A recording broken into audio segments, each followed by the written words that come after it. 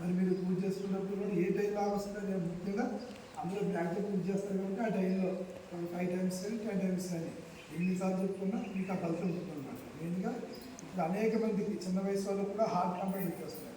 ఆ heart complaint కాకుండా ఈ గాయత్రి మంత్రం మనకి అద్భుతంగా పనిచేస్తుంది అన్నమాట.